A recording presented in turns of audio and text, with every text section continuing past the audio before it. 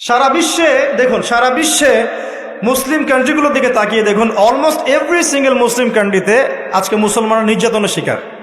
ঠিক আছে, এই সিরিয়ায় দেখেন, প্যালেস্টাইন, তাদের ঘরের সামনেই প্যালেস্টাইন, প্যালেস্টাইন দেখেন, সিরিয়ায় দেখেন, ইয়েমেনে দেখেন, ইরাক ইরানে দেখেন, আপনি যে উইঘুরদেরকে দেখেন, রোহিঙ্গাদেরকে দেখেন, আফগান তো আছেই।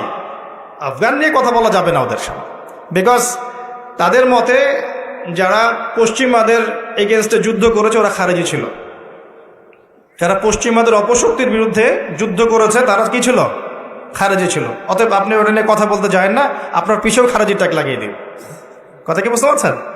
আচ্ছা, কিন্তু আমেরিকার সাথে যে বন্ধুত্ব, আমেরিকা এবং ইসরায়েল এবং পশ্চিমাদের সাথে যে বন্ধুত্ব, এই বন্ধুত্বের এগেনস্টে কোনো কথা বলার ফুরসত হয় না।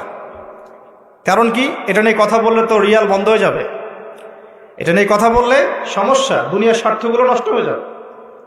এ কারণে বিগার ইস্যুস, সারা ওয়ার্ল্ডে মুসলিমদের দুরবস্থা, ইকোনমিক স্যাংশন, শেষ জামানার চলমান ফিতনাগুলো, কান্ট্রিতে কান্ট্রিতে ইকোনমিক যে দুরবস্থা দেখা দিচ্ছে, মুসলিমদের উপর টর্চার, নির্যাতন, উম্মার বিভক্তি, এই যে বড় বড় ইস্যুসগুলো আছে, এগুলোর সময় চুপ, দেখতে পারবেন না, খুঁজে পাবেন না। যখনই দেখবেন এমন কোনো শব্দ বা ইস্যুস জোর করে বের করা যায় যেটাকে নিয়ে কথা বললে ইসলামিক একটা ফ্লোকে থামিয়ে দেওয়া যেতে পারে, তখন দেখবেন গর্ত থেকে মাথা বের করে বলছে ইয়ে খারেজি। সমাজদার গেলে ইশারা কাফি। আর কিচ্ছু বলতে যাচ্ছি না, শুধু মনে রাখবেন একটা কথা, যে কোরআন এবং সুন্নাহর সাথে গাদ্দারি করে পৃথিবীতে কেউ টিকে থাকতে পারলেও আল্লাহর কাছে টিকতে পারে নাই। কোরআন এবং সুন্নাহর সাথে গাদ্দারি করে দুনিয়াতে অনেক কিছু অ্যাচিভ করা যেতে পারে, কিন্তু আল্লাহ পাকের পরকালে আর কবরে কশ্চিনকালেও পার পাওয়া যাবে না। শুধু দিনের ফিকহি মাসআলাগুলোই বোঝেন আর ইকোনমিক বিষয়গুলো বোঝেন না, ওয়ার্ল্ড অ্যাফেয়ার্স বোঝেন না, ওয়ার্ল্ডের মুসলিমদের জিওপলিটিক্স বোঝেন না, ইসলামিক মুসলিম কান্ট্রিগুলোর উপর যখন নির্যাতন নেমে আসে কথা বলতে পারেন না, নবীর অবমাননায় কথা বলতে পারেন না, নিষ্পাপ বাচ্চা কাচ্চাকে হত্যা করা হয় তখন কথা বলতে পারেন না, সুবহানাল্লাহ, এবং চোখের সামনে শিরকি কুফরি উৎসব হয়ে যায়, একটা কথা বলতে পারেন না। ঘ্রাণ ইস্যুতে এত কথা, আপনার কোথায় ছিল এই কথাগুলো যখন এইসব ইস্যুগুলো সামনে ছিল? সুবহানাল্লাহ। এখান থেকে এক শ্রেণীর মানুষের একটা ভিতরের চরিত্র আপনি খুঁজে পাবেন। মনে রাখবেন, ইসলামের বাহ্যিক শত্রুর চাইতে ভিতরের শত্রুর ক্ষতিকর দিক বেশি। ইসলামের বাহ্যিক শত্রুদেরকে আমরা স্পষ্ট চিনি, তাদের সাথে ফাইট করা সহজ, কিন্তু ভিতরের শত্রুদের সাথে ফাইট করা ডিফিকাল্ট। এই জন্যে এই যুগে বাইরের চোখ দিয়ে যা দেখবেন সেটা সবসময় সত্য নয়, ভিতরের চোখ দিয়ে আপনাকে দেখা শিখতে হবে। আপনাকে খিদির আলাইহিস সালাম হতে হবে। কোন খিদির? মুসা আলাইহিস সালাম বলছেন, নৌকা কেন ফুটা করলেন? যে নৌকা পার করে দিল, আমাদেরকে নদী পার করে দিল, ওই নৌকা ফুটা করলেন? এই বাচ্চাকে হত্যা করলেন কেন? নিষ্পাপ বাচ্চা। এই দেয়ালটা নির্মাণ করলেন কেন? তিনটা প্রশ্নের উত্তরে খিদির আলাইহিস সালাম বলেছেন, আলাম আকুল লাক, আমি কি তোমাকে বলি নাই ইন্নাকা লান তাস্তাতিআ মা'ইয়া সাবরা, তুমি আমার সাথে ধৈর্য ধরতে পারবে না? আমি নৌকা ফুটা করেছি এই কারণে, যদি নৌকা ফুটা না করতাম তাহলে এই নৌকা পরবর্তীতে হাইজ্যাক হয়ে যেত, কারণ ওই সমুদ্রে জলদস্যু ছিল, ভালো নৌকা হলে হাইজ্যাক করে ফেলতো, তাই ফুটা করে ফেলেছি। বাচ্চাকে কেন হত্যা করেছি? নিজের ইচ্ছায় করি নাই, আল্লাহর হুকুমে করেছি, কারণ আল্লাহ পাক আমাকে জানিয়েছেন এই বাচ্চা যদি বড় হতো, বড় একটা কাফের হতো এবং সে তার পিতা মাতাকেও কুফরিতে নিয়ে আসতো। দেয়াল কেন নির্মাণ করেছি? বিকজ দেয়াল হচ্ছে এই বাড়ির দুইজন এতিম বালকের দেয়াল। এই দেয়ালের নিচে গুপ্তধন আছে, যদি নির্মাণ না করতাম মানুষ টাকা পয়সা নিয়ে চলে যেত। নির্মাণ করেছি, পরবর্তীতে যখন এটা বড় হবে এই গুপ্তধন তারা পাবে।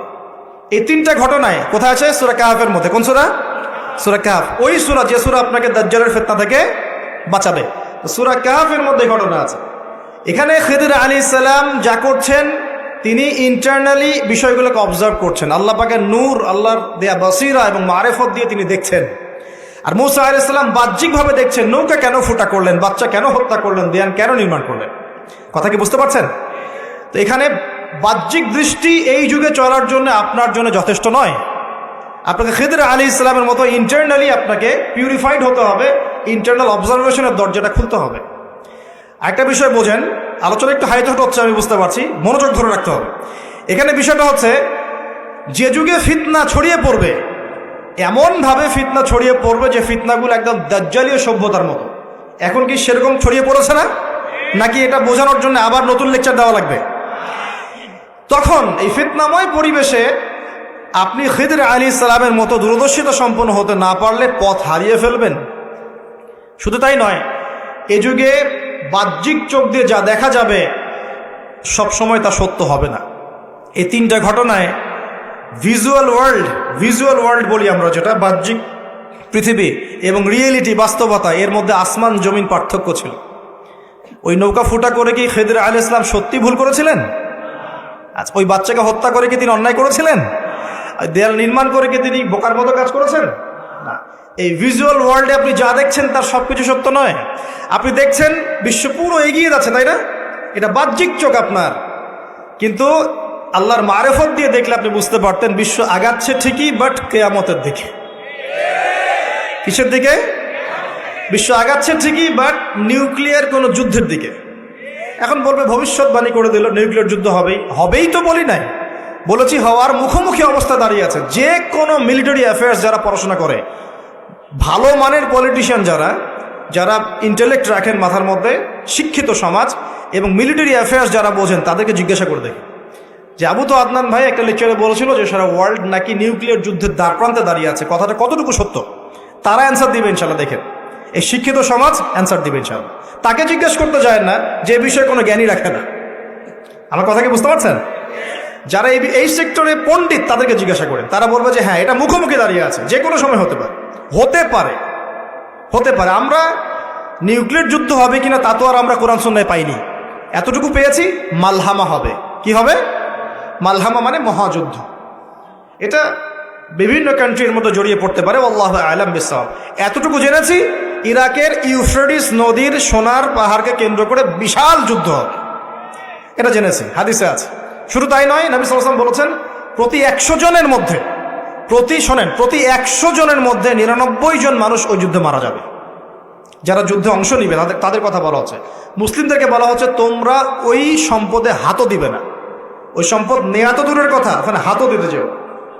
আমার কথা কি বুঝতে পারছেন? তো দেখছেন বিশ্ব এগিয়ে যাচ্ছে, কিন্তু আমরা বলছি যে একটা নিউক্লিয়ার ওয়ারের দিকে এগিয়ে যাচ্ছে। দেখছেন ইকোনমিক্যালি আমরা খুব সমৃদ্ধ হচ্ছি, সারা বিশ্ব, তাই না? কিন্তু বিশ্বের অনেক দেশ, বিশ্বের অনেক কান্ট্রি ইকোনমিক্যালি এখন একটা দুরবস্থার সম্মুখীন হয়ে আছে। এটা রিয়েলিটি আর ভিজুয়াল ওয়ার্ল্ড এক জিনিস নয়। আপনি দেখছেন মেয়েরা খুব এগিয়ে যাচ্ছে, একদম ওই যে স্টেজে উঠে নাচানাচি করছে, অধিকার আন্দোলন এভরিথিং, তাই না? কিন্তু বাস্তবতা কি জানেন? বাস্তবতা হচ্ছে আমাদের মা বোনরা বেপর্দা হচ্ছে দিন দিন বেশি, এবং তারা এগিয়ে যাচ্ছে জাহান্নামের দিকে। নবীজি বলেছেন এই কথাই, শেষ জামানায় এক শ্রেণীর নারী বের হবে, নিসাউন, মহিলা, ক্যাসিয়াতুন, যারা কাপড় পরে থাকবে, আরিয়াতুন, তারপরেও নগ্ন হবে, কাপড় পরেও নগ্ন থাকবে, এবং তারা অন্যকে সিডিউস করবে এবং অন্যের দিকেও আকৃষ্ট হবে, মানে নিজেও সিডিউস হবে। তো এই শ্রেণীর মেয়েরা কি এখন বের হয়নি? নবীজি বলেছেন এক শ্রেণীর মেয়ে বের হবে, পুরুষের পোশাক পরে থাকবে। কিসের পোশাক? পুরুষের পোশাক। এখানে শুধু বাহ্যিকভাবে পুরুষের পোশাক নয়, বাহ্যিকভাবে তো পুরুষের পোশাক পরেছেই অনেক আগেই। যান এই যে বনানী, আপনার শপিং মলস, গুলশান, ঢাকার বিগ সিটিজ, মেগা সিটিজের মেগা পয়েন্টগুলো তো যান, আপনি নিজের চোখেই দেখতে পাবেন।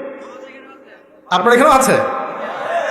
আচ্ছা, যাই হোক, হ্যাঁ, থাকতেই পারে, কারণ এগুলো তো এখন ছড়িয়ে পড়েছে কিভাবে? এই যে মোবাইল ফোনের মাধ্যমে। এমন কোনো জায়গা নাই এখন, বিশ্বের এমন কোনো জায়গা নাই যেখানে এই ফিতনাগুলো আসলে ছড়িয়ে পড়ে নাই। সো তারা ছড়িয়ে পড়েছে। এখন নবী সাল্লাল্লাহু আলাইহি ওয়াসাল্লাম এটাই বলছেন যে মেয়েরা পোশাক পরিবর্তন হয়ে যাবে, ছেলেরা মেয়ের পোশাক পরবে, মেয়েরা ছেলের পোশাক পরবে। পরে নাই? আর কোন নিদর্শনের জন্য অপেক্ষা করছে? শুধু পোশাক পরিবর্তন মানে বাহ্যিক পোশাক নয়, এখানে আপনার সমাজের ফাংশনাল রোলটাও চেঞ্জ হয়ে যাবে। মেয়েরা ছেলেদের জায়গায় আসবে, ছেলেরা মেয়েদের জায়গায় আসবে। এসেছে কি আসে নাই? আচ্ছা, একটা বড় সাইন বলেছেন নবী সাল্লাল্লাহু আলাইহি ওয়াসাল্লাম লাস্ট ডে বা কিয়ামতে, সেটা হলো যে সমাজের সবচেয়ে নিম্ন শ্রেণীর মানুষ, মানে যাদের পরনে কাপড় ছিল না এবং পায়ে স্যান্ডেল ছিল না, বড় লোকদের কথা বলা হচ্ছে না এই হাদিসের মধ্যে। এখানে বলা হচ্ছে যে আনজারাল হুফাতাল উরাতাল আলাতা রিয়া আশ-শাই ইয়াতাতাওয়ালুনা ফিল বুনিয়ান। এখানে এমন মানুষের কথা বলা হচ্ছে যারা নগ্ন পদের, খালি পায়ের, স্যান্ডেল কেনার টাকা নাই, খালি গায়ের মানে কাপড় কেনার টাকা নাই, এবং রাখাল শ্রেণীর মানুষ, তারা কি করবে? ইয়াতাতাওয়ালুনা ফিল বুনিয়ান, উঁচু উঁচু কনস্ট্রাকটিভ বিল্ডিংস নির্মাণের প্রতিযোগিতা করবে। হয়েছে কি হয়নি? কিভাবে সম্ভব হলো? রিবা, সুদের মধ্য দিয়ে, এবং করাপশন, অন্যের সম্পদ আত্মসাতের মধ্য দিয়ে। হয়েছে কি হয় নাই? আর কোন নিদর্শনের জন্য অপেক্ষা করছে? একটা একটা করে বলতে গেলে সারা রাত চলে যাবে। মূল কথা হচ্ছে, ফিতনাময় পরিবেশের মধ্যে যেখানে এরকম দাজ্জালীয় সবকিছু দেখা যায়, আপনার বাইরের চোখ দিয়ে না দেখে ভিতরের চোখ দিয়ে বুঝতে হবে, তখন দেখবেন এখানে বাস্তবতা এবং ভিজুয়াল ওয়ার্ল্ডের মধ্যে আকাশ পাতাল পার্থক্য আছে। আপনি দেখছেন হ্যাঁ মেয়েরা এগিয়ে যাচ্ছে, আমরা বলছি বাস্তবতা হচ্ছে মেয়েরা জাহান্নামের দিকে যাচ্ছে এগিয়ে। আপনি দেখছেন যে হ্যাঁ খুব সুন্দর ইকোনমিক প্রোগ্রেস, আদতে কি হচ্ছে? আদতে পুরো ইকোনমিক স্যাংশনের মধ্যে আমরা পড়েছি, অবস্থা খারাপ। আপনি দেখছেন সারা ওয়ার্ল্ড খুব এগিয়ে যায়, মঙ্গলে, চাঁদে, কি একটা অবস্থা, কিন্তু আদতে কি হচ্ছে? পুরো কিয়ামতের দিকে বিশ্ব এগিয়ে যাচ্ছে। দেখছেন মুসলিম উম্মাহ খুবই নারায়ে তাকবীর, আল্লাহু আকবার, একদম, তাই না আমাদের অবস্থা? কিন্তু বাস্তবতা কি? বাস্তবতা হচ্ছে পুরো বিশ্ব জুড়ে মুসলিমদের এখন একটা অধঃপতনের সময় চলছে, প্রতিটা সেক্টরে। এটা সেই যুগ না যেটাতে ওমর রাদিয়াল্লাহু আনহুর যুগে আমরা বসে পুরো বিশ্ব শাসন করতাম, সেটা কি এই যুগ? এই যুগ নয়। বরং নবীজি বলছেন বাদা আল ইসলাম গরিবান ওয়া সায়াউদু কামা বাদা।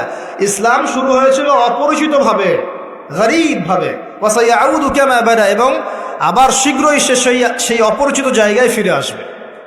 অপরিচিত জায়গায় ফিরে আসবে, গরীব জায়গায়। আপনি পরিবারে ইসলাম পালন করতে যান, পরিবারের মধ্যে আপনি গরীব হয়ে যাবেন, অপরিচিত হয়ে যাবেন। সমাজে পালন করতে যান, আমি কোন ইসলামের কথা বলছি? ওই গোলালু মার্কা ইসলাম না, যেটা সব তরকারিতেই চলে, ওটার কথা বলছি না। যে ইসলাম ফলো করলে আপনার হাতে আগুন ধরে রাখার মতো অবস্থা হয়, ওটা ফলো করেন, সমাজে আপনি বিচ্ছিন্ন হয়ে যাবেন। বিশ্বে পালন করতে যান, দেখবেন আপনাকে কোণঠাসা করে রেখে দিয়েছে। এই হলো অবস্থা, গরীব। এই অবস্থায় কি হবে? যেটা আপনি বাহ্যিক চোখে দেখছেন, বাস্তবতা এমন নাও হতে পারে। আল্লাহ পাক আমাদেরকে এই সিচুয়েশনটাকে বোঝার তৌফিক দান করুন। আর সিচুয়েশন বুঝতে গেলে বাহ্যিক জ্ঞান যথেষ্ট নয়, ইন্টারনাল কি লাগবে? আল্লাহর বাসিরা এবং নূর এবং মারিফত দরকার আছে। এটা কি জিনিস? এটা আমি আপনাকে আসলে ওই ক খ গ ঘর মতো পড়িয়ে বোঝাতে পারবো না, তবে আমি চেষ্টা করছি। আমার দিকে মনোযোগ দেন। খিদর আলাইহিস সালাম যা দেখছেন, মুসা আলাইহিস সালাম কি তাই দেখেছিলেন? আচ্ছা, খিদর আলাইহিস সালাম যে তিনটা ঘটনা ঘটলো, এই তিনটা ক্ষেত্রে খিদর সঠিক ছিলেন না ভুল?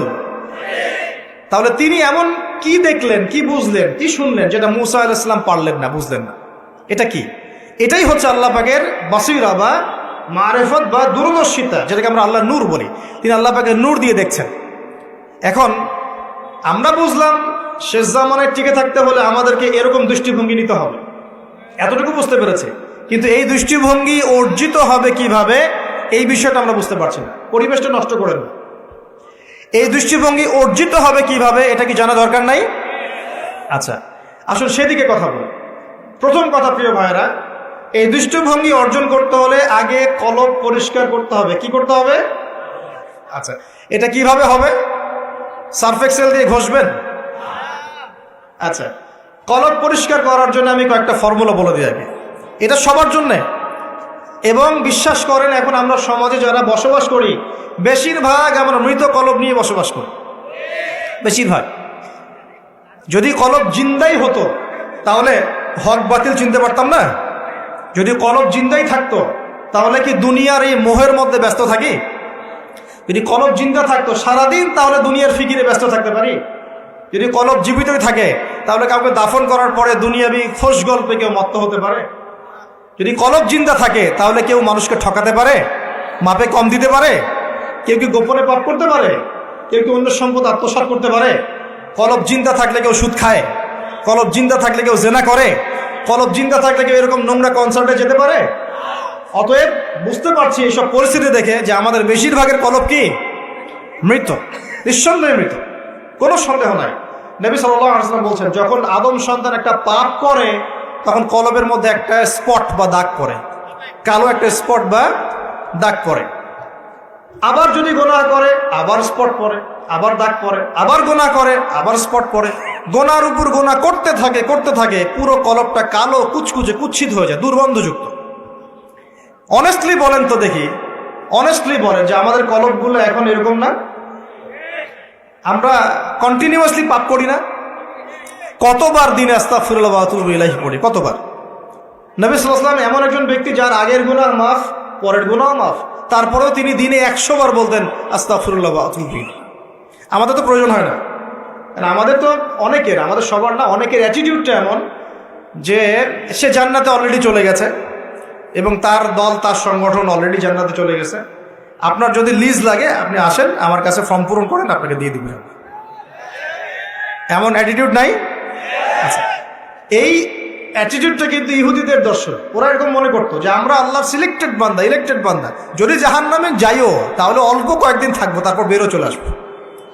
হ্যাঁ, এই কথা সূরা বাকারায় আছে, পড়ে দেখেন। তো দেখুন প্রিয় ভাইয়েরা, কলব পরিষ্কারটা সবচেয়ে ইম্পর্টেন্ট জিনিস। এখন মানুষ বলতে পারে সুফিজমের আলোচনা করছে। হ্যাঁ, সুফিজমের আলোচনা করছি কিনা তা জানি না, তবে আমি আল্লাহর ইহসান নিয়ে কথা বলছি। কি নিয়ে কথা বলছি? হাদিসে জিবরিলের মধ্যে 4টা প্রশ্ন করা হয়েছে। কটা প্রশ্ন? 4টা। তার মধ্যে একটা প্রশ্ন হচ্ছে আখবিরনি আনিল ইহসান, হে মুহাম্মদ সাল্লাল্লাহু আলাইহি সাল্লাম আমাকে ইহসান সম্পর্কে বলুন। জিবরাইল আলাইহিস সালাম প্রশ্ন করছেন। কে প্রশ্ন করছেন? ইহসান কি? নবী সাল্লাল্লাহু আলাইহি ওয়াসাল্লাম বলেন আনতা আবুদুল্লাহ কাআন্নাকা তারাহ, তুমি এমন ভাবে আল্লাহর ইবাদত করবে যেন তুমি আল্লাহকে দেখতে পাচ্ছ। ওয়া ইল্লাম তাকুন তারাহু ফাইন্নাহু ইয়ারাক, তুমি যদি আল্লাহকে দেখতে নাও পারো জেনে রাখবে যে আল্লাহ পাক তোমাকে দেখছেন। এই ফিলিংসটা মানুষের মধ্যে থাকলে কি মানুষ পাপগুলো কন্টিনিউয়াসলি করতে পারে? যদি পাপ হয়েও যায় সেটা তওবা করে ফিরে আসবে, তাই নয় কি? আচ্ছা, এখন দেখুন কি করতে হবে। এক নাম্বার বলছি যে অন্তরটাকে পরিচ্ছন্ন করতে হবে। পরিচ্ছন্ন করার জন্য প্রথম কাজ কি? প্রথম কাজ হচ্ছে 5 ওয়াক্ত নামাজকে আঁকড়ে ধরা। কি করা? 5 ওয়াক্ত নামাজকে আঁকড়ে ধরা। যদি আপনি জামাত মিসও করে ফেলেন, বাসায় পড়ে ফেলবেন, নামাজ বাদ দেওয়া যাবে না। মানে জামাত মিস করে ফেলেছি জন্য নামাজ বাদ, এমন নয়। নামাজ জামাত মিস হয়ে গেছে, আচ্ছা হয়ে গেছে, ঘুমিয়েছিলেন বা মনে ছিল না বা ব্যস্ত ছিলেন, কথার কথা, যখনই সময় পেয়েছেন, মনে পড়েছে, ঘুম থেকে উঠেছেন, নামাজ পড়তে হবে, একাই পড়তে হবে। বাদ দিবেন আজকে থেকে? বরং আমরা চেষ্টা করবো ইনশাআল্লাহ জীবনে যে নামাজগুলো কাজা হয়ে গেছে সেগুলো যেন হিসেব করে আদায় করে দেয়া সম্ভব হয়, এটাও চেষ্টা করা উচিত। আল্লাহ পাক তৌফিক দান করুন। এক নম্বর নসিহত, নামাজ ছাড়া যাবে না। কারণ একটা হাদিস যথেষ্ট। নবী সাল্লাল্লাহু আলাইহি ওয়াসাল্লাম বলেছেন যে মান তারাকা সালাতান মুতাআম্মিদান ফাকাদ কাফারা, যে ব্যক্তি ইচ্ছাকৃতভাবে নামাজকে ছেড়ে দিল সে ব্যক্তি যেন কুফরি করলো। কি করলো? কুফরি করলো। মুআয বিন জাবাল রাদিয়াল্লাহু আনহু হাদিসে এসেছে নবী সাল্লাল্লাহু আলাইহি ওয়াসাল্লাম বলেছেন মান তারাকা সালাতান মুতাআম্মিদান ফাকাদ বারিআত মিন জিম্মাতিল্লাহ, যে ব্যক্তি ইচ্ছাকৃতভাবে তার উপর অর্পিত ফরজ নামাজ ত্যাগ করলো সে ব্যক্তি আল্লাহ পাকের জিম্মেদারি থেকে মুক্ত হয়ে গেল, তার উপর আল্লাহর কোনো জিম্মেদারি নাই। প্রথম নসিহত, যদি অন্তর পরিচ্ছন্ন করতে চাই নামাজ। মনে থাকবে ইনশাআল্লাহ। আল্লাহ আমাকে তৌফিক দান করুন, আপনাদের সবাইকে তৌফিক দান করুন। 2 নম্বর, বেশি বেশি কোরআন তেলাওয়াত। বেশি বেশি কি? কোরআন তেলাওয়াত। কোরআন তেলাওয়াতের কোনো বিকল্প নেই। প্রত্যেক দিন কিছু কিছু আয়াত এবং সূরাগুলো অবশ্যই তেলাওয়াত করার চেষ্টা করবেন। যেমন আমি বলে দেই, কিছু বলে দিই, মনে রাখেন, কিছু শিখেন। 1 নম্বর সূরা ফাতিহা, 2 নম্বর সূরা ফালাক, নাস, ইখলাস 3 বার করে সকাল সন্ধ্যা। সূরা ফালাক, নাস, ইখলাস, কুল হুয়াল্লাহু আহাদ, কুল আউযু বিরাব্বিল ফালাক এবং কুল আউযু বিরাব্বিন নাস 3 বার। সূরাতুল কাফিরুন ঘুমানোর আগে একবার, সূরা হাশরের শেষ 3 আয়াত, সূরা বাকারার শেষের 3 আয়াত, ঠিক আছে? তারপরে সূরা মুমিনুনের কিছু আয়াত, আয়াতুল কুরসি, সূরা আলে ইমরানের শেষের 10 আয়াত, সম্ভব হলে সূরা মুলক, প্রত্যেক জুমায় সূরাতুল কাহফ, অথবা আপনি চাইলে এই যে মানুষ অনেকে ঝাড়ফুঁকের সমস্যা হয় না, বদনজর লাগা, ঝাড়ফুঁক, কুফরি কালাম, সেসব ক্ষেত্রে আপনি সূরা জিনের প্রথম 10 আয়াত, সূরা সফফাতের প্রথম 10 আয়াত, সূরা ইয়াসিন, সূরা কাহফের প্রথম 10 শেষ 10 এগুলোর উপর আমল করতে পারেন। ইনশাআল্লাহ দেখবেন আপনার জীবনে বরকত আসবে। আপনি চোখ লাগা, বদনজর, এই যে হিংসুকের হিংসা, চোখ লাগা, বদনজর, কুফরি, তাবিজ কালাম এগুলো থেকে বেঁচে থাকবেন ইনশাআল্লাহ। আল্লাহ পাক আপনার পরিবারকে আপনাকে বাঁচাবে ইনশাআল্লাহ কোরআনের বদৌলতে। এবং এগুলো যদি মুখস্থ করে ফেলতে পারেন এবং নিয়মিত মাঝে মাঝে নামাজে পড়েন, এমনি তেলাওয়াত করেন, ইনশাআল্লাহ তাআলা কোরআন আপনার জীবনে প্রোটেকশন নিয়ে আসবে, আল্লাহর রহমত বরকত নিয়ে আসবে ইনশাআল্লাহ। এবং কোরআনের মধ্যে কি আছে? শেফা, আরোগ্য আছে। ওয়া নুনাজ্জিলু মিনাল কোরআন মা হুয়া শিফাউন ওয়া রাহমাতুল লিল মুমিনিন। আল্লাহ পাক বলছেন আমি কোরআন নাজিল করেছি, এর মধ্যেই মুমিনদের জন্য শিফা আছে, শিফা, আরোগ্য আছে এবং আল্লাহর রহমত, দয়া আছে। আমরা আরোগ্য চাই না? আল্লাহর দয়া চাই না? আর এই আরোগ্য শুধু দৈহিক রোগের আরোগ্য নয়, কলবের রোগের আরোগ্য। তো কোরআন তেলাওয়াতকে বাড়িয়ে দেওয়ার চেষ্টা করেন, আল্লাহ পাক তৌফিক দান করুন।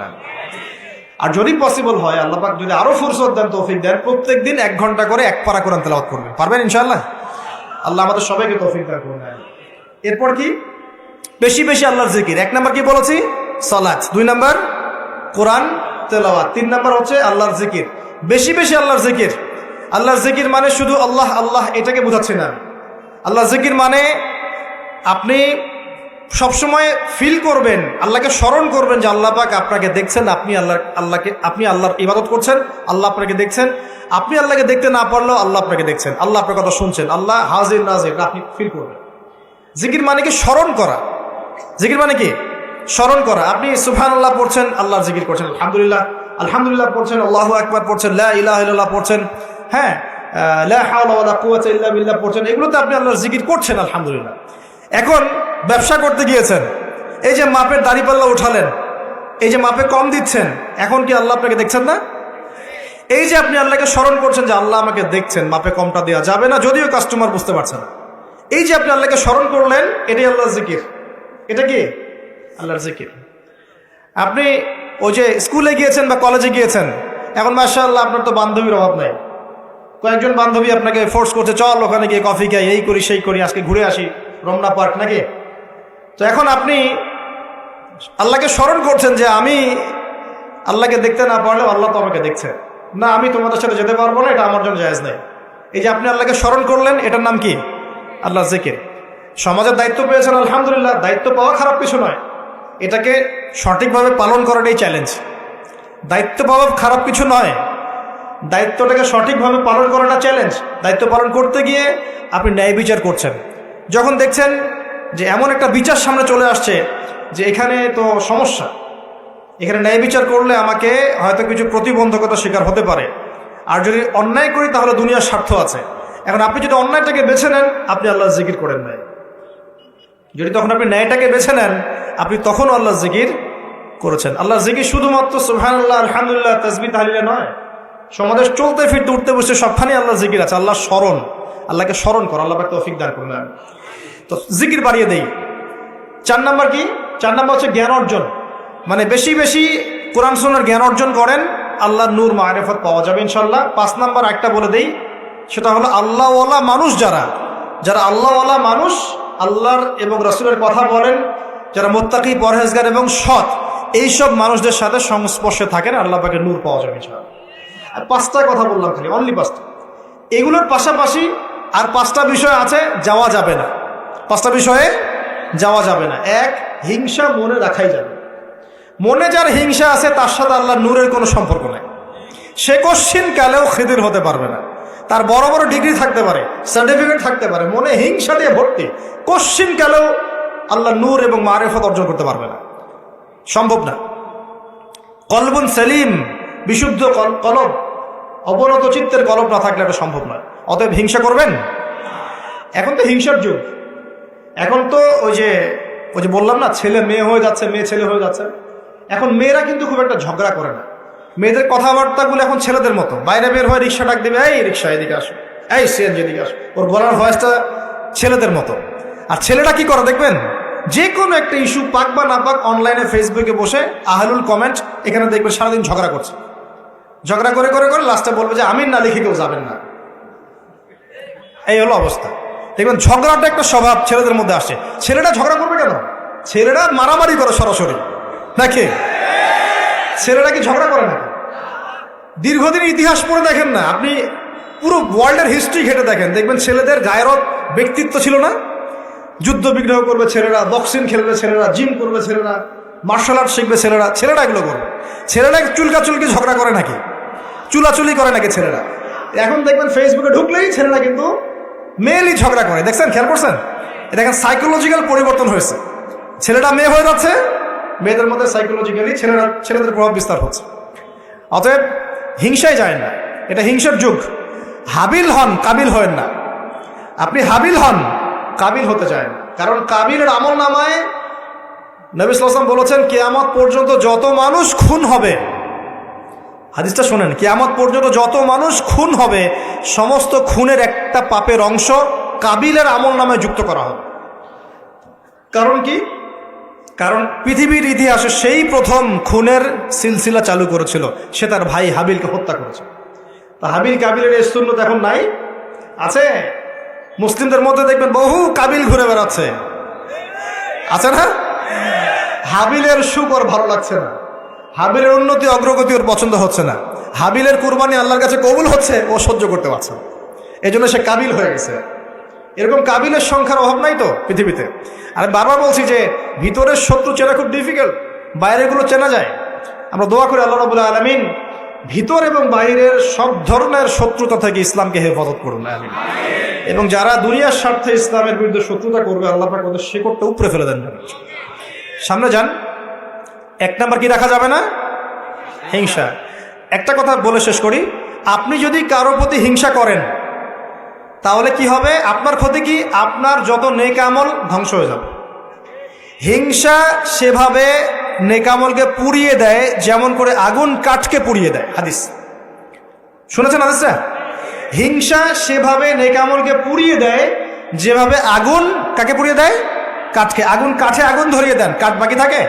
কয়লা ছাই হয়ে যাবে। ঠিক একইভাবে আমল নামের নেকি সব ছাই হয়ে যাবে। আর যদি আপনাকে কেউ হিংসা করে, ঈর্ষা করে, মানে ঈর্ষা না, হিংসা করে এবং আপনার দিকে বদনজর দেয়, হ্যাঁ, আপনার ক্ষতি চায়, আপনার সাথে কুফুরি করে ইত্যাদি, তাবিজ কবজ করে, তখন আপনারও ক্ষতি হতে পারে। চোখ লাগলে, বদনজর হলে, তাবিজ কবজ, আপনার ক্ষতি হতে পারে। আর এই ক্ষতি থেকে আপনি বাঁচবেন কিভাবে? এটা তো আপনার হাতে নাই, তাই না? কেউ যদি আপনাকে হিংসা করে, এটা তো আপনার হাতে নাই, আছে? নাই। একটা উপায় হচ্ছে মানুষের থেকে নিজেকে যত পারেন আড়াল করার চেষ্টা করেন। এই যে বারবার বলি না, এত শোডাউনের দরকার নাই, ফেসবুকের দরকার নাই, অনলাইনের এই যে ছবি টবির দরকার নেই, এমনি এমনি বলি না। আমরা চাই যে মানুষ থেকে যতটা পারে আড়াল হতে, যতটা সম্ভব। কারণ এখন তো এর চেয়ে বেশি কিছু পাচ্ছি না, এতে ক্ষতি আছে, মানুষের চোখ লাগে। এখন আপনি বাঁচবেন কিভাবে? প্রতিদিন সূরা ফালাক, সূরা নাস, ইখলাস সকাল সন্ধ্যা 3 বেলা করে, সকাল সন্ধ্যা 3 বার করে সূরা ফালাক, সূরা নাস, সূরা ইখলাস। প্রত্যেক নামাজের পর আয়াতুল কুরসি, ঘুমানোর আগে আয়াতুল কুরসি, সূরা বাকারার শেষের আয়াত, সূরা মুলক। এই যে কোরআনিক চিকিৎসাগুলো আপনি যদি গ্রহণ করেন, ইনশাআল্লাহ তাআলা আপনি চোখ লাগা থেকে বাঁচবেন, ইনশাআল্লাহ আপনি বদনজর থেকে বাঁচবেন, হিংসার কুপ্রভাব থেকে বাঁচবেন, ইনশাআল্লাহ। এগুলো কিন্তু হেলা কথা বলছি না, এটা এত মারাত্মক। নবী সাল্লাল্লাহু আলাইহি ওয়াসাল্লাম বলেছেন যে চোখ লাগা বদনজরগুলো এত মারাত্মক যে একটা জীবন্ত উটকে রান্নার পাত্রে নিয়ে আসতে পারে। এত ডেঞ্জারাস, এত ডেঞ্জারাস।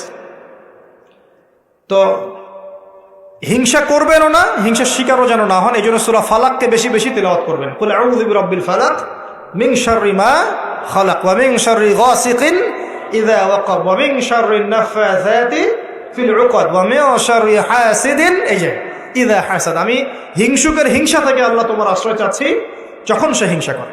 পারবেন ইনশাআল্লাহ? আর কি করা যাবে না? আল্লাহর নূর মারিফত পেতে হলে অহংকার করা যাবে না। কি যাবে না? আল্লাহ পাক সব পছন্দ করলে অহংকার পছন্দ করবেন না। আল্লাহ পাক অহংকার পছন্দ করবেন। আল্লাহ পাক অনেক পাপ মাফ করে দিতে পারেন, অহংকার আল্লাহ পাক খুব কঠিনভাবে ধরেন। আল্লাহ পাক খুব কঠিনভাবে অহংকারীকে আল্লাহ পাক কখনোই পৃথিবীতে টিকতে দেন নাই। অহংকার আল্লাহ পাকের চাদর, এটা ধরে কেউ টান দিতে পারে না। তো মনের মধ্যে যদি অহংকার থাকে, কোশ্চিন কালেও ডিগ্রির সার্টিফিকেট অর্জন করেও আল্লাহর নূর পাওয়া যা, আপনি খিদির হতে পারবেন না, সিচুয়েশন বুঝতেও পারবেন না, সলিউশনও বের করতে পারবেন। একজন সত্তার কথা বলে দেই, আমি আলোচনা গুটিয়ে নিচ্ছি আস্তে আস্তে ইনশাল্লাহ। একজন সত্তার কথা বলি, ইবলিস নাম আছে, মনে আছে? ইবলিস, সে কি আল্লাহর একজন আবেদ ছিল না? ইবাদত করে নাই? তার জ্ঞান ছিল না?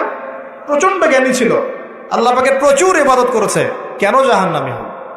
কি কারণে জাহান্নামী হল? দেখেন, সে আল্লাহ পাকের আদেশকে লঙ্ঘন করেছে, সেজদা করে নাই। এই তো আদম আলাইহিস সালামও তো গাছের কাছে চলে গিয়েছেন, তাহলে আদম আলাইহিস সালামও তো গাছের কাছে গিয়েছেন, আল্লাহ পাকের হুকুমটা লঙ্ঘন হয়ে গেল না? ইবলিসও তো লঙ্ঘন করেছে, তাহলে উভয়ের মাঝে কি পার্থক্য? পার্থক্যটা হচ্ছে আদম আলাইহিস সালাম ভুল করে তওবা করে ফিরে এসেছেন, অহংকার করেন নাই, করেছেন? পক্ষান্তরে ইবলিস ভুল করেও তার উপর অটল থেকেছে। সে বলেছে খলাকতানি মিন নার ওয়া খলাকতাহু মিন তিন। আল্লাহ, আপনি যে আমাকে বলছেন আদমকে সিজদা করতে, আপনি ভুল, আমি সঠিক। নাউজুবিল্লাহ। এই যে আবা ওয়াস্তাকবার, সে উদ্ধত হলো এবং অহংকার প্রদর্শন করলো, এই একটা কারণে আল্লাহ পাক কি করেছেন, তাকে চিরস্থায়ী জাহান্নামে দিয়েছেন। কথা কি বুঝতে পারছেন? অতএব অহংকার থাকলে আল্লাহর নূর পাওয়া যাবে না। ইবলিসের ইবাদত ছিল, টিকতে পারে নাই। ওর কিন্তু ইলম ছিল, টিকতে পারে নাই। আল্লাহ বোঝার তৌফিক দান করলেন। আর অহংকার মানে এই নয় যে আপনি ভালো জামা পরেছেন, ভালো একটা সুন্দর বাড়ি করেছেন, আপনার জুতাটা সুন্দর, আপনার মানে কিছু জমি জমা আছে, হ্যাঁ, আপনার চলাফেরা, আপনি শৌখিনতা পছন্দ করেন, এটার নাম অহংকার নয়। অহংকার কি? অহংকার হচ্ছে বাতরুল হাক্কি ওয়া গামতুন নাস, সত্য যেটা আল্লাহর পক্ষ থেকে, সত্য বিধানটাকে অস্বীকার করা এবং মানুষকে তুচ্ছ তাচ্ছিল্য করা, এই হলো অহংকার। মনে থাকবে? অহংকার কি? সত্যকে প্রত্যাখ্যান করা এবং মানুষকে কি করা? তুচ্ছ তাচ্ছিল্য করা। একজন মুমিন ভাইয়ের খারাপ হওয়ার জন্য এতটুকু যথেষ্ট যে সে আরেকজন মুমিন ভাইকে তুচ্ছ তাচ্ছিল্য করছে। এখন এই সোশ্যাল মিডিয়াতে এটা হয় না? সোশ্যাল মিডিয়া মানেই হচ্ছে যাকে পাও ধুয়ে দাও একদম, মানে এর মধ্য দিয়ে দিনের কি যে খেদমত করতেছে আল্লাহ ভালো। অথচ আপনি তারে বসায় দেন এসব চেয়ারে, দেখেন কয়টা লাইন বলতে পারে এখানে বসে, দুটা হাদিস মুখস্থ করতে দেন, 40টা আয়াত মুখস্থ করতে দেন, দিনের জন্য একটা বই লিখতে দেন। মানে এখন দেখবেন এমন একটা যুগ চলছে, যারা কাজ করে ওরা বেশি সমালোচনার শিকার হয়, যে কাজ করে না ওর কোনো সমালোচনাই হয়। যে নামাজ পড়ে না ওকে নিয়ে কোনো ফিকির নাই, যে নামাজ পড়ে ওর হাতটা নিচে নামানোর উপরে ওঠানোর জন্য ব্যস্ত হয়ে আছে আর কি। খেয়াল করেন নাই? যে নামাজ পড়ে না কোনো ফিকিরই নেই, যে বেচারা নামাজ ধরেছে ওকে ডেকে আনা হচ্ছে, এদিকে আসো, তোমার নামাজ ঠিক হয় নাই, নামাজ এটা ঠিক করতে হবে, ওই ঠিক করতে হবে। আরে ভাই, যে নামাজ পড়ে না ওর কাছে যাও, তুমি ওকে নামাজি বানাও। আর যারা মেহনত করে মানুষকে নামাজি বানায়, দেখবেন এই লোকগুলোকে টার্গেট করে ধরে ধরে নামাজ ঠিক করতেছে। যুক্তিও আছে আবার। যুক্তিটা কি বলছে? যে নামাজ পড়ে না ওর তো হিসেব আরো ডেঞ্জারাস। যে নামাজ পড়ে না ওর কথা বাদ, যে নামাজ পড়ছে ও তো পরিশ্রম করেও রিওয়ার্ড নাকি পাচ্ছে না, এই কারণে ওকে নিয়ে বেশি চিন্তা আমাদের। আসলে যে ইবলিসই কিয়াস, ইবলিস একটা কিয়াস করছিল না, যে আমাকে আগুন দিয়ে সৃষ্টি করেছেন, আর যে আদমকে মাটি দিয়ে সৃষ্টি করেছেন, আমি কেন ওকে সেজদা করব? এই কিয়াসগুলো বাতিল কিয়াস। আরে ভাই, সে তো নামাজ পড়ছে, অ্যাটলিস্ট সে তো নামাজ পড়ছে। কে বললো যে এই ইখতিলাফি মাসালাগুলোর কারণে নামাজই কবুল হবে না? নামাজ কবুল করার দায়িত্ব কি আপনি নিয়েছেন নাকি? নামাজের মধ্যে সবচেয়ে ইম্পর্টেন্ট জিনিসটা কি? আল্লাহর ধ্যান নাকি আল্লাহর মারিফত, নামাজের মনোযোগ, কনসেন্ট্রেশন, আপনার এই যে কি বলে খুশু, এটা বেশি ইম্পর্টেন্ট না? নামাজে আপনার বাইরের আচরণ সব ঠিক আছে, কিন্তু নামাজে কোনো মনোযোগ নাই, নামাজে কোনো মনোযোগই নাই, কি পড়ে কিছু বোঝেনি না, নামাজ পড়ে আল্লাহকে পাচ্ছেন না, চিনছেন না, নামাজ পড়েও আপনি পাপ থেকে দূরে থাকতে পারছেন না, তার মানে নামাজ কবুল হচ্ছে না। তো নামাজের ভিতরের রূহটা কোথায়, আত্মাটা কোথায়? ভিতরের আত্মা নিয়ে মেহনত কম, বাইরের বিষয় নিয়ে মেহনত বেশি। আল্লাহ পাক মুসলিম উম্মাহকে বোঝার তৌফিক দান করুন। প্রিয় ভাইয়েরা, তো কোথায় ছিলাম আমি? হ্যাঁ, অহংকার। ইবলিস অহংকার করেছে বলে কি হয়ে গেল? আল্লাহ পাক তাকে রিজেক্ট করলেন। তো আল্লাহ রাব্বুল আলামিন আমাদের সবাইকে অহংকার থেকে দূরে রাখুন, আমিন। এবং আমাদের মনে যদি অহংকার থেকে থাকে, এগুলোকে দূর করে ফেলার তৌফিক আল্লাহ পাক দান করুন। কিভাবে? দুটো কাজ করলে দূর হয়ে যাবে। এক, বেশি বেশি মৃত্যুর কথা স্মরণ করলে, যখন আমি ভিতর থেকে ফিল করবো যে হ্যাঁ আমাকে মারা যেতে হবে, আমার হিসেব আমাকে দিতে হবে, তখন দেখবেন নিজেকে নিয়ে মানুষ বেশি ব্যস্ত থাকে। আর যখন মানুষ নিজে অহংকারী হয়ে যায়, মনে করেন আমি তো পার পেয়ে গেছি, তখন মানুষ অন্যের দিকে বেশি তেল দেওয়া শুরু করে, অন্যের চরকায় বেশি তেল দেওয়া শুরু। আগে না বাবা, নিজের চরকায় আগে তেল দাও। তুমি নিজের আমলের কি অবস্থা, আকীদার কি অবস্থা, আল্লাহকে পেলাম কিনা, কোরআন পড়তে জানি কিনা, হাদিস কতটুকু মুখস্থ করলাম, কতটুকু দাওয়াতের কাজ করলাম, দিনের জন্য কি করলাম, এই ফিকির আগে করো তুমি, তারপরে না মানুষের দিকে চোখ দাও। আচ্ছা, আরেকটা কি? কোরআন বেশি বেশি তেলাওয়াত করা। নবীজি বলেছেন এই দুটো কাজ যে ব্যক্তি করবে, বেশি বেশি পরকালের কথা স্মরণ করবে এবং কোরআন তেলাওয়াত বাড়িয়ে দিবে, ইনশাআল্লাহ তার মনটা অহংকার থেকে দূর হয়ে যাবে, অন্তরটা পবিত্র হবে ইনশাআল্লাহ আযজা ওয়া জাল। হিংসা করা যাবে না, আল্লাহ নূর পেতে হলে অহংকার করা যাবে না। 3 নাম্বার একটা জিনিস বলে দেয়, কি করা যাবে না? কাউকে অপবাদ দেওয়া যাবে না। কাউকে কোনো মিথ্যা অপবাদ দিলে অন্যের হকে আপনি দায়গ্রস্ত হয়ে যাবেন, তখন অন্যের হকের দায়গ্রস্ততা পূরণ করতে আল্লাহর কাছে আপনাকে কঠিন বিচারের সম্মুখীন হতে হবে। অন্যের উপর অপবাদ দিলে, অন্যের নামে গীবত করলে এবং সমালোচনার অপসংস্কৃতির চর্চা করতে থাকলে আল্লাহর নূর পাওয়া যাবে না। 4 নাম্বার কি? 4 নাম্বার পরশ্রী কাতরতা। অন্যের সুখ দেখে, উন্নতি দেখে, অগ্রগতি দেখে আপনার সহ্য হয় না, জলে। ঠিক আছে? এইরকম মিন মাইন্ডেড, মানে ছোট লোকের মনোভাব থাকলে কোশ্চিন কালে নূর কলবে আসবে না। আর 5 নাম্বারটা হচ্ছে মানুষের প্রতি দয়ালু হতে হবে। কি হতে হবে? দয়ালু। দয়ালু মানে কি? যে সবাইকে আগে নিজের ভাই মনে করতে হবে। একজন ব্যক্তি পলিটিশিয়ান হোক, মিলিটারি সেক্টরে থাকুক, পুলিশ হোক, বিজিবি হোক, আনসার হোক, সাধারণ মানুষ হোক, যুবক যুবতী, কিশোর কিশোরী যেই হোক, এদেশের সবাই আমার আপন ভাইয়ের মতো, সবাই আমাদের ভাই, সবাই মুসলিম ভাই। হ্যাঁ, আমাদের মধ্যে মাযহাবী পার্থক্য থাকতে পারে, তরিকার পার্থক্য থাকতে পারে, পলিটিক্যালি পার্থক্য থাকতে পারে, মতাদর্শের পার্থক্য কি থাকতে পারে না? থাকতে পারে। সবার মত কি একরকম হতেই হবে? কিন্তু তারা সবাই আমার মুসলিম ভাই। যতক্ষণ পর্যন্ত না তারা প্রকাশ্য কোনো কুফরির ঘোষণা দিয়েছে, ততক্ষণ পর্যন্ত কি সবাই মুসলিম ভাই। আগে সবাইকে ভাই মনে করে জনদরদিত হতে হবে। আগে সবার ভালোটা বুঝতে গেলে আগে জনদরদিত হতে হবে, রহম দিলওয়ালা হতে হবে। আপনি হকের উপর থাকবেন, ন্যায়টা ন্যায় হবে, অন্যায় অন্যায়। ন্যায় যদি আমার দুশ্মনও করে সেটাও ন্যায়, আর অন্যায় যদি আমার বাড়ির লোক করে সেটাও অন্যায়। একটা সৎ অন্তর লাগবে। তো এই রহম দিলওয়ালা না হতে পারলে খিদির হওয়া যাবে না। কারণ আল্লাহ পাক খিদির সম্পর্কে বলেছেন যে আমি খিদির আলাইহিস সালামকে আমার পক্ষ থেকে রহমত দিয়েছিলাম, দয়া দিয়েছিলাম। সুবহানাল্লাহ। ওয়া আল্লামনাহু মিন লাদুন্না ইলমা, এবং আমি আল্লাহ খিদিরকে আমার পক্ষ থেকে জ্ঞান শিক্ষা দিয়েছি।